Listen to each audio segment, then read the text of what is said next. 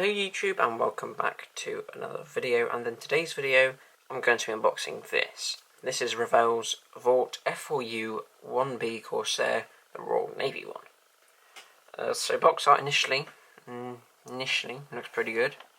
It has 61 parts and it cost me £8.49 from Wonderland Models in Scotland. Pretty good shop, I recommend it. They have a really good selection of kits there. It's Revell level 4. Don't trust that because the system's a bit dodgy. They base it off the part count, not the actual difficulty of the kit. On top of the box it's got the safety information, same with the bottom, not safety information, sorry. Just information. On the sides it's just the same as the front of the box. On the back it's got the usual image of the kit, when it's built, and then the paints you'll need from the Revell paint range and more like information about the kit and what's inside the box. Let's actually get inside of the kit now, shall we?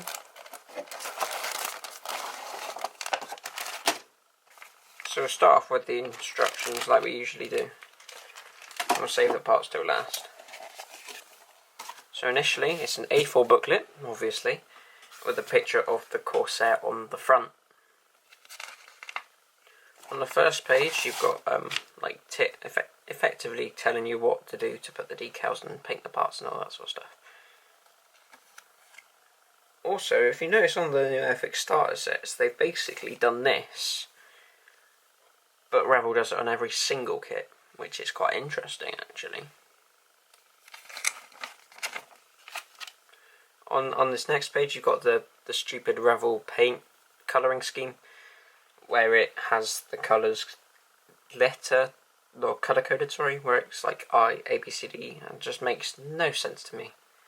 I can see why it makes sense for these ones, but I don't understand it for the rest of them. You could just put the number down, it'd probably make life much easier.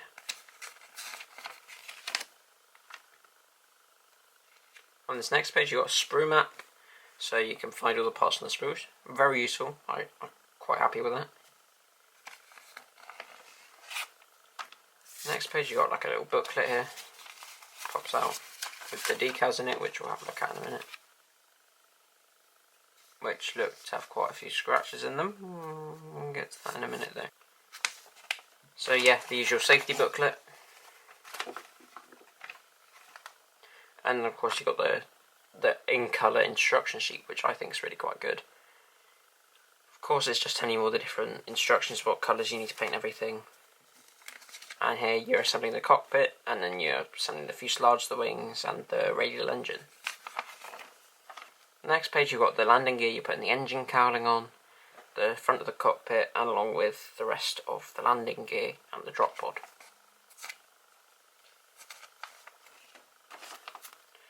Next page you're putting the cockpit on, and it's basically giving you the options of having it open or closed. Depends how detailed you want to make the cockpit, I guess.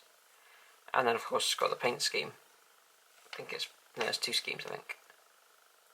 On this first page it's for 1846 Naval Air Squadron from the Fleet Era on HMS Colossus in July 1945. And this next one is two schemes, yeah. It's 1846 Naval Air Squadron Fleet Era on HMS Colossus 1945. And no, it's the same scheme, just over 2 pages. So now let's have a look at these decals. So I don't really know if it's supposed to be there, but some of these decals have quite a lot of scratches on them. I mean, admittedly, yeah, it could have some nice weathering techniques, but I just don't think that's supposed to be there. And I mean, these aren't the best decals anyway, they look to be a bit thick anyway. But if anyone knows what that is, let me know. I haven't got a clue. Bit of a weird one, I must admit. Either way, moving on, we'll look at the parts, which is, let's face it, the bit you're all here for. So on this first sprue here, it looks like you've got the engine there, one of the fuselage halves, and the lower section of the wings. All looks to be pretty good, if you ask me. I've not seen many issues with it, should I say. It looks to be like a little bit of flash down here. Other than that, it all looks okay. On this next sprue, you've got the upper halves of the wings, and the rest of the fuselage, and more bits, the landing gear and the cockpit. As you can see, the flash doesn't seem to be on any of the actual parts, it only seems to be on the sprue, which I'm fine with. There is a little bit here, if you can see that. Ignore the dog hair that's found its way into the kit. On this next sprue, it looks to be the propeller assembly and parts of the engine.